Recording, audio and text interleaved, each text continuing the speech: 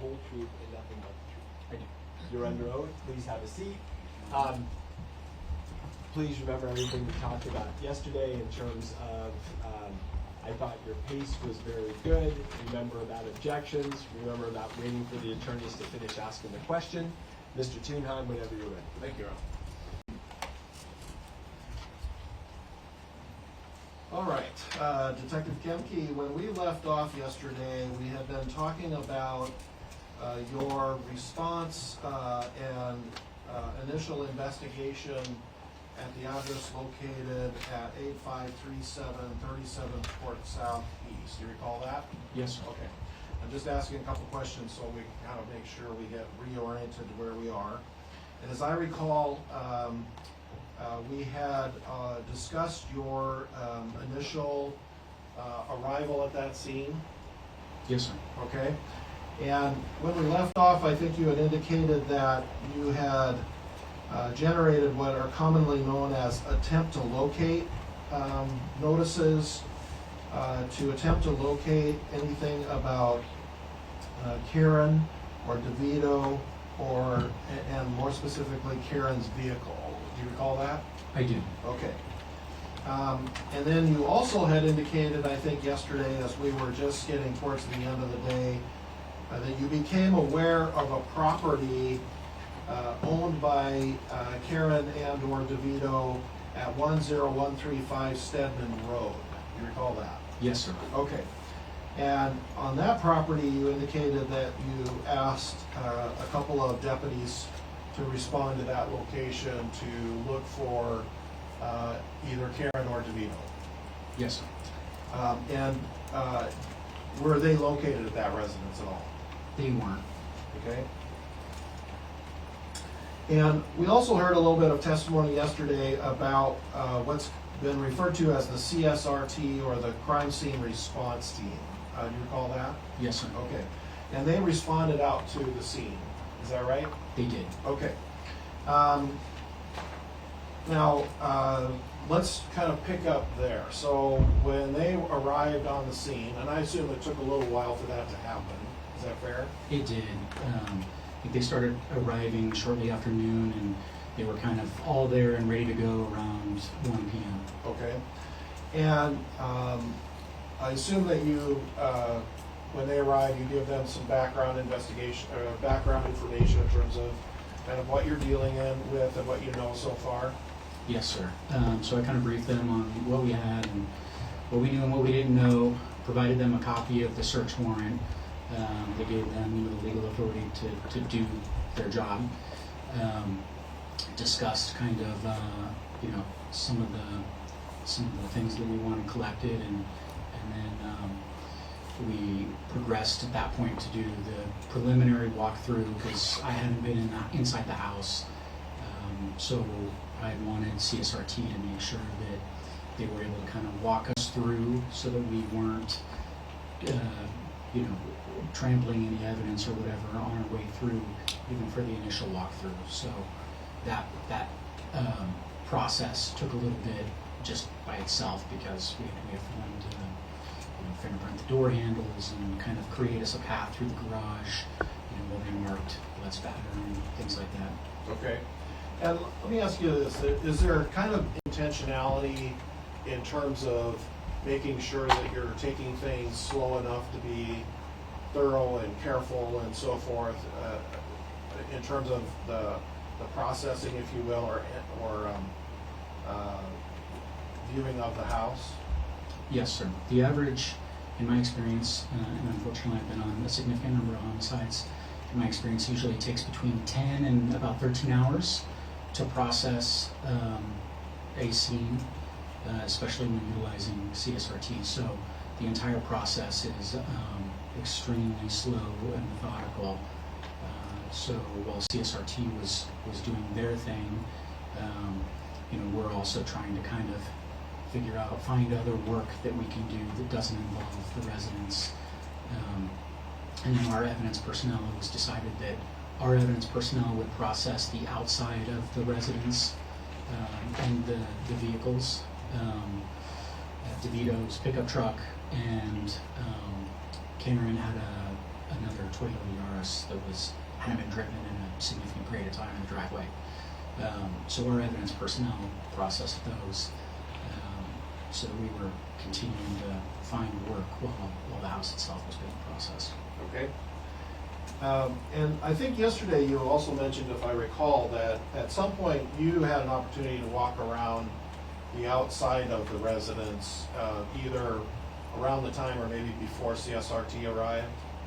It was after CSRT arrived, and as we were waiting for them to kind of clear us a trail to be able to go through the house on our walkthrough, I requested that they let me know what entrance of the residence would be best for us to enter in to be least likely to disturb any kind of evidence. And while they were doing that, I went and just kind of walked the perimeter of the house for the first time. And that's when I noticed, at the front door, that the front door lock to the door handle had been drilled, and there was metal shavings on the ground underneath it. Okay.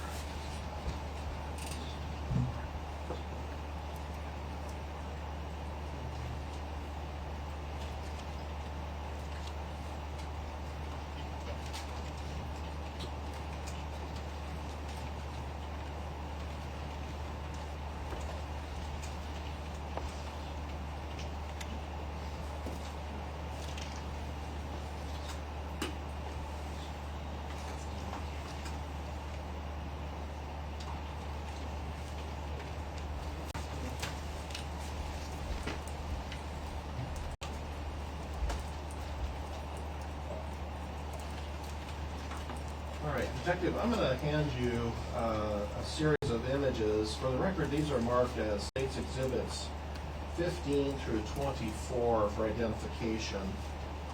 And I'm just going to have you look at these as a packet. Take whatever time you need, look at each one, and then when you finish, let me know if you recognize any of what's depicted in those images. Yes, sir.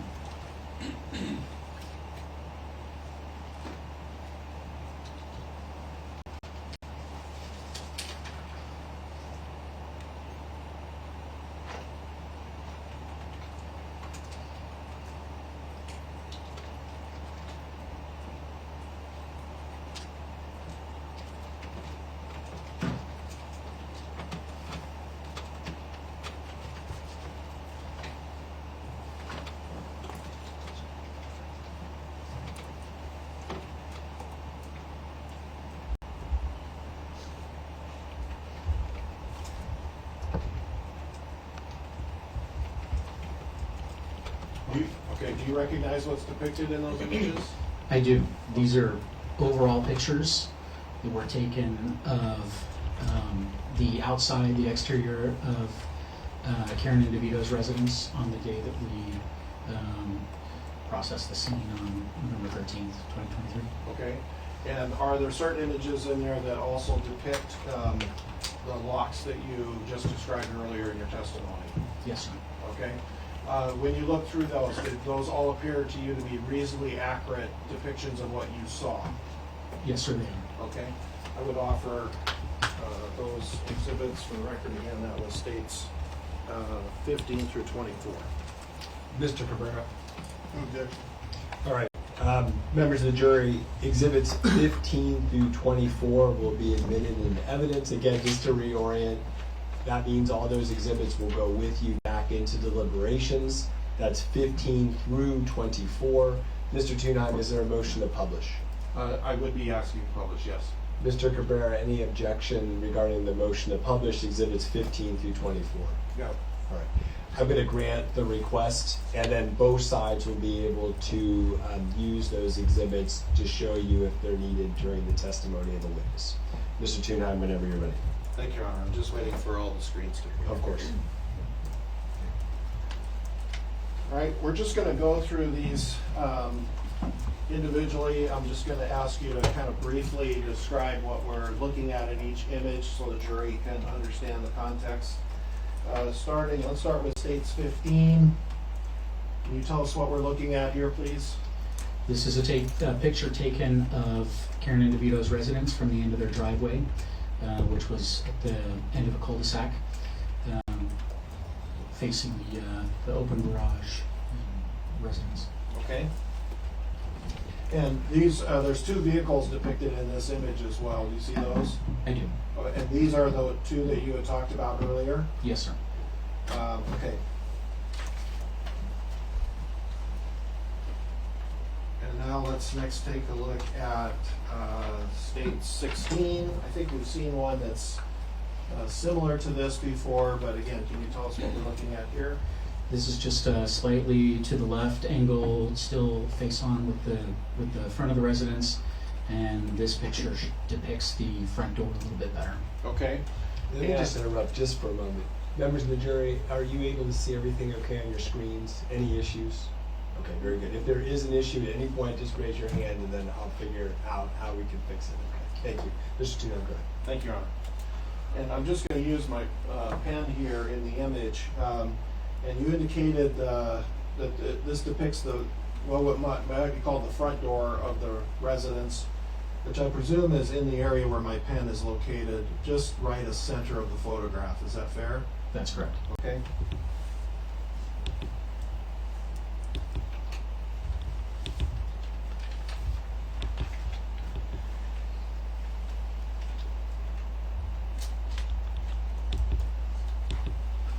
And now let's take a look at State 17. What do we see in this image? It's the same angle facing the house. It's just stepped closer to that front door. Okay. So if somebody were essentially walking the sidewalk towards the front door, this is basically what they would see. Yes, sir. Okay.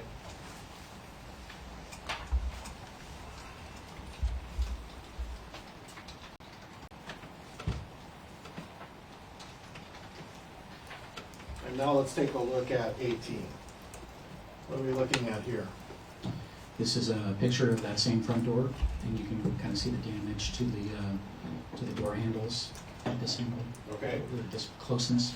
And how close, do you recall how close you were to the door before you noticed that there was something unusual about the handles that you talked about? I got maybe a foot or two shy of the welcome mat there. Okay. Before I noticed the damage to the door handle. Okay.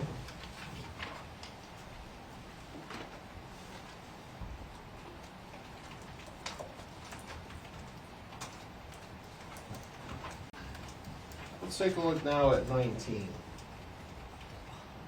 What are we looking at here? This is a close-up of the door handle that I was talking about that's connected to the front door with the drilled out lock mechanism. Okay. And there's, so specifically, right, essentially almost dead center in this image is I guess what I would call the primary door knob. Would you agree with that? Yes, sir. And the hole in the middle of that, is that the drilled out portion that you were talking about? Yes, sir. Was the deadbolt, was there also drill damage to the deadbolt, or do you recall? I don't believe there was damage to the deadbolt, no. Okay.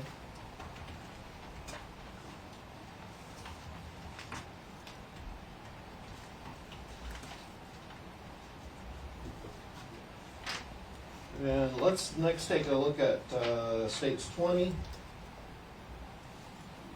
What are we looking at here? a slight down angle of that same door, and you can see kind of some of the metal shavings that are on the ground and on that mat directly under the door handle. Okay. And this, the doorknob that's basically at the very top, just right of center of this, that's the same doorknob that we were just looking at in the previous image? Yes, sir.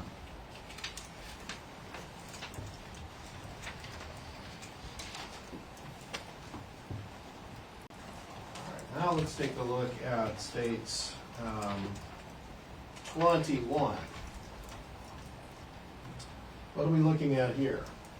This is a picture taken from the backyard of the residence towards the rear sliding glass door that led into kind of the kitchen-ish area of the residence. Okay. And did you indicate previously, I think you did, that that also had noticeable damage? Yes, sir.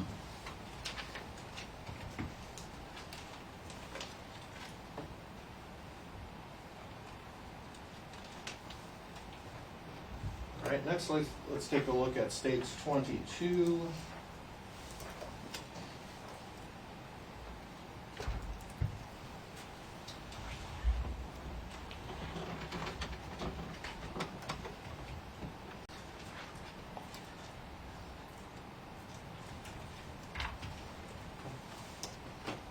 What are we looking at here? That's the damage to that rear sliding glass door, to the door lock. Okay.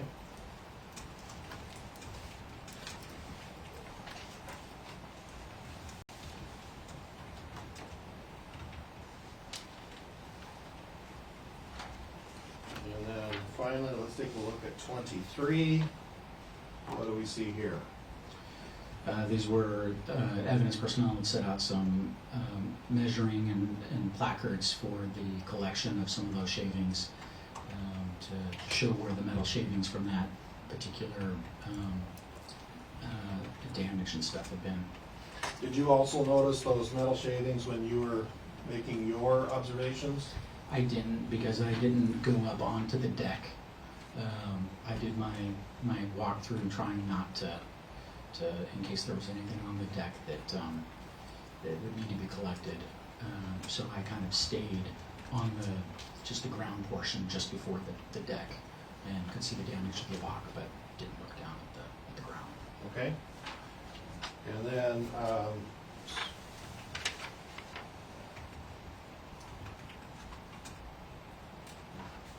finally, let's take a look at states 24. What are we looking at there?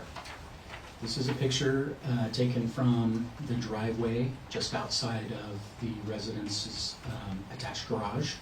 Looking in, you can see, typical garage, but kind of the front left there of the garage, you can see that case of water that witnesses had said was typically in the back of Karen's vehicle, and a jacket and that sort of thing. And so this was the route that the patrol deputies took when they made initial entry into the residence to check for Karen and Davido on that welfare check.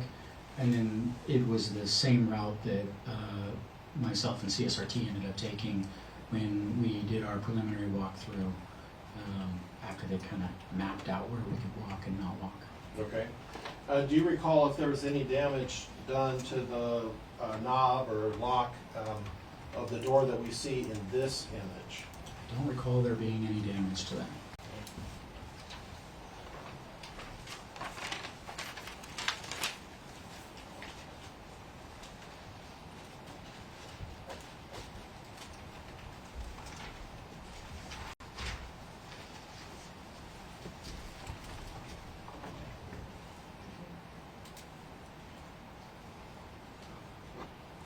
Okay, so at some point then, once CSRT kind of finished the preparation that you were talking about, did you have an opportunity to also enter the residence? I did. And can you just kind of generally tell us the things that you noticed during that walkthrough that you felt relevant to your investigation? Yes, sir. So entering through the garage man door, you come into a hallway that branches off to the left towards kind of that front door area of the residence. We went down that hallway. There was some blood spatter and kind of transfer stains and things like that along the way. As I came up to what would be the foyer area of the residence that kind of opened into the living room, there was a very large blood stain that was essentially directly in front of the front door to the residence, in that, where you walk through and there's kind of a little linoleum kind of entryway foyer to the residence.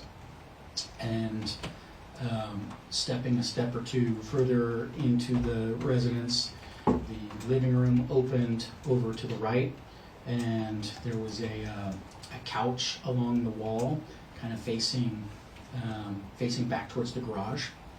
And there was another very large kind of saturation blood stain in the carpet there, directly in front of the couch. There was two what appeared to be bullet defects that were later proven to be bullet defects in the wall. There was a very small, there was like a rocking chair sitting in front of the wall. Big blood stain here, hallway that leads further into the house. There was the living room off to the right, and just above that rocking chair area, there were two bullet defects through the wall there. As I got closer, I could see there was what appeared to be organic tissue in those holes. And then stepping around the corner, there's a hallway that leads back into 2 bedrooms on the left and then the master bedroom on the right.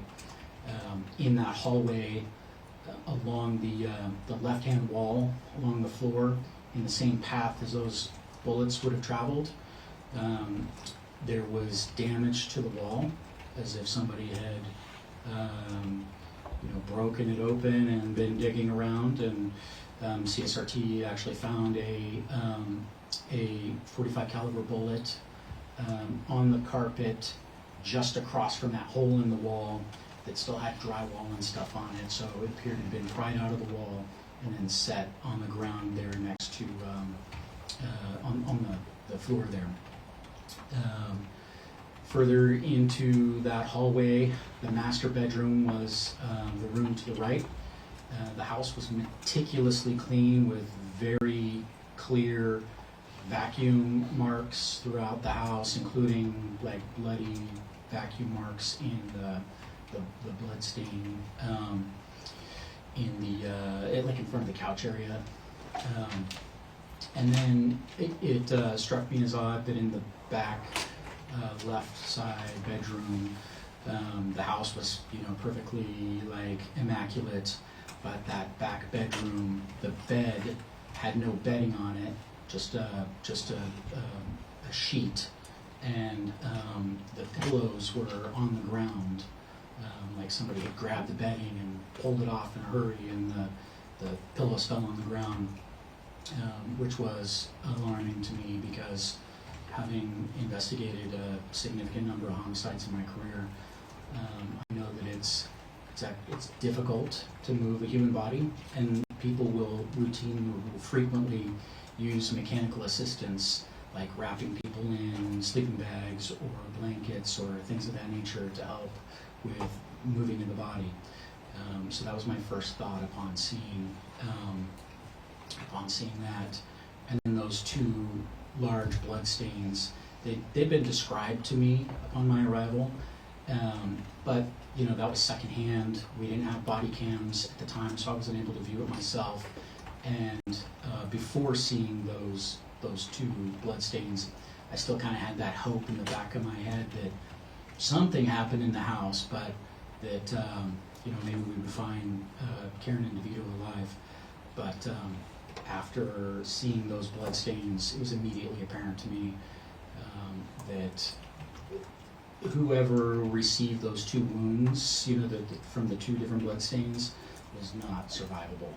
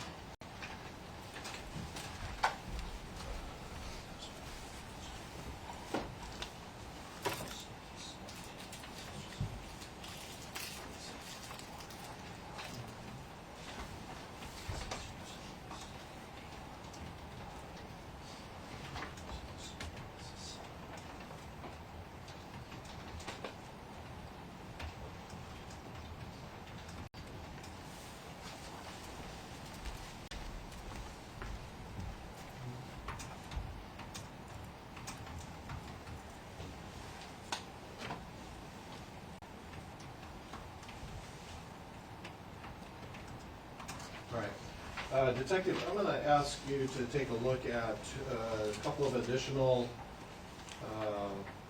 images here or diagrams. This is for the record, State's Exhibit 7 for identification and State's Exhibit 13 for identification. I'd like you to take a look at each of those two. Maybe illustrations is the best word. But after you've looked at those, let me know if you recognize what they depict. I do. Can you tell us what they are, please? The first one you handed me that's marked State's Exhibit 13 is a kind of a layout of the house. And then number 7 is also a layout of the house, but it was used, it's a Trimble reveal product. So when we process, or when CSRT processes the inside of a house, we use something called the Trimble, which is a 3D scanner. It sends out millions of little lasers as it spins in a circle and takes very high definition camera footage. And then you can later go through, we take scans from different kind of different angles, and you're later able to go and link those locations together to create a 3D rendering of your crime scene, if the circumstances are appropriate for it. Some circumstances it doesn't work. Like rain, heavy rain, the lasers just kind of bounce off raindrops and don't effectively map the location. So this number 7 is 3D rendering from Trimble Reveal. Okay. The first one that you mentioned, which I think you said it was at 13? Yes, sir. That's a basic kind of just floor plan diagram. Would you Yes, agree sir. with that? Yes, sir. Is that comport with how you recall the layout of the residence on the day that you were inside? It does. Okay. And then the next one, number 7, looking over the features of that, does that appear to you to be an accurate three-dimensional representation of what you saw that day? Yes, sir.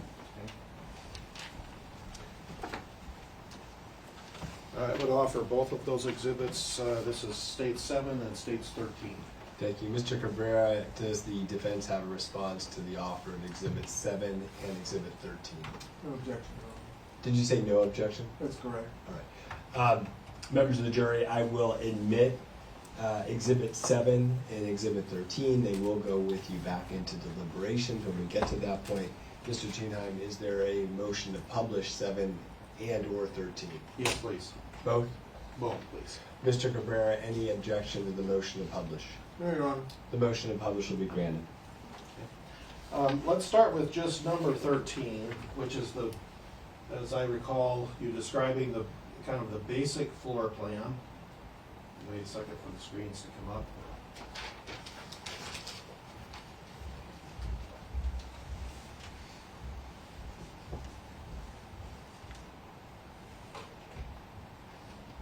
There we go.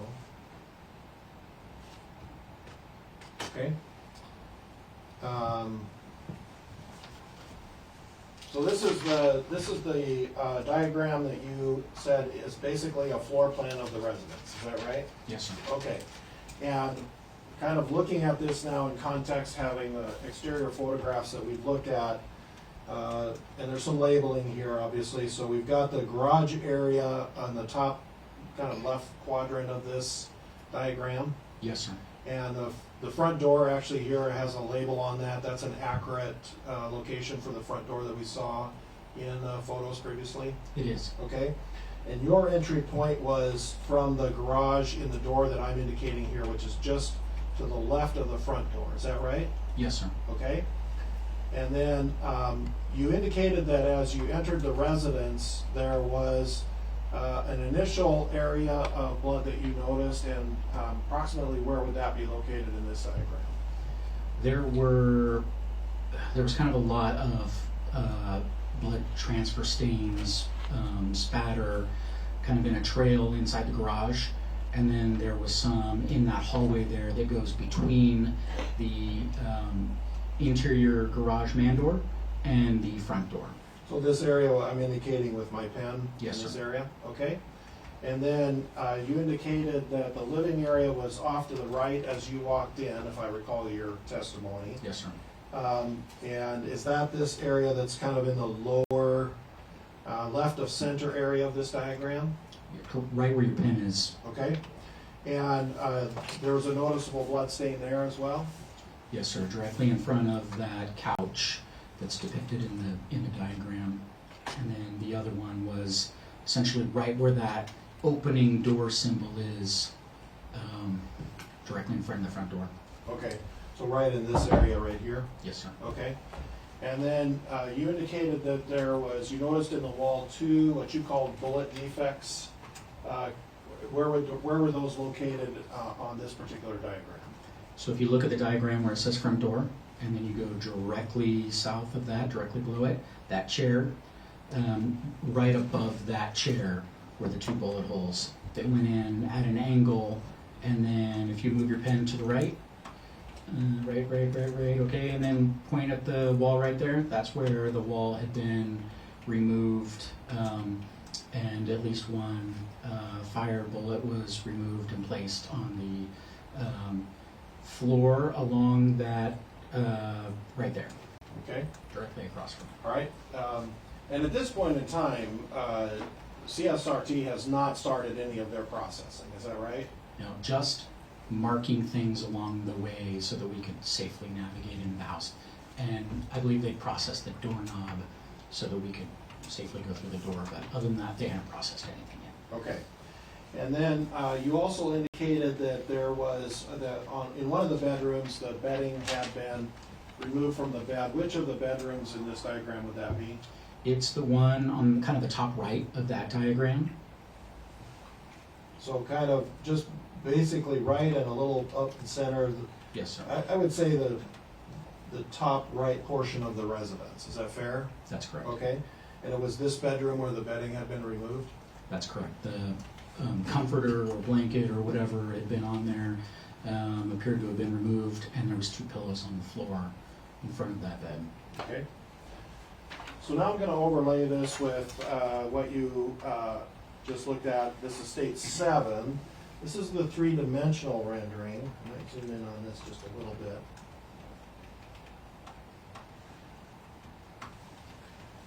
Now in this, we're actually combining the three-dimensional rendering of the walls and so forth with actual images from the interior of the residence. Is that a fair statement? Yes, sir. Okay. And so this area here marked living room, right below the second O in room, there's a spot on the floor there. Can you tell me what that is based on your recollection? That's a deep saturation stain, blood stain, that was later identified to belong to Davido. Okay. And then this hallway here, which is labeled north hallway on this diagram, is that the hallway where you noticed that the wallboard had been torn away and in which that bullet was located that you talked about? It is. Okay. And then in this area here marked south hallway, right down around this, it looks like where the front door is, there's other,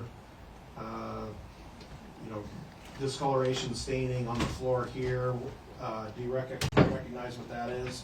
I do. That was the second blood stain there. Okay.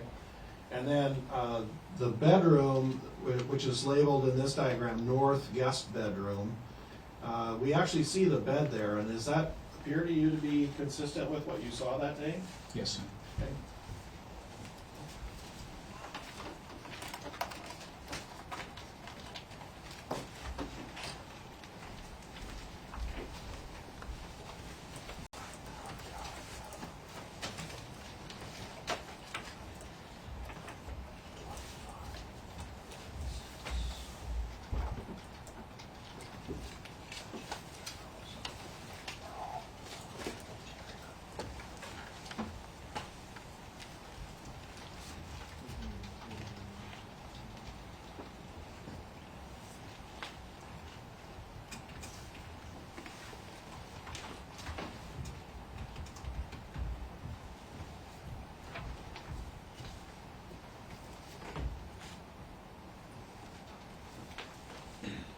Yes.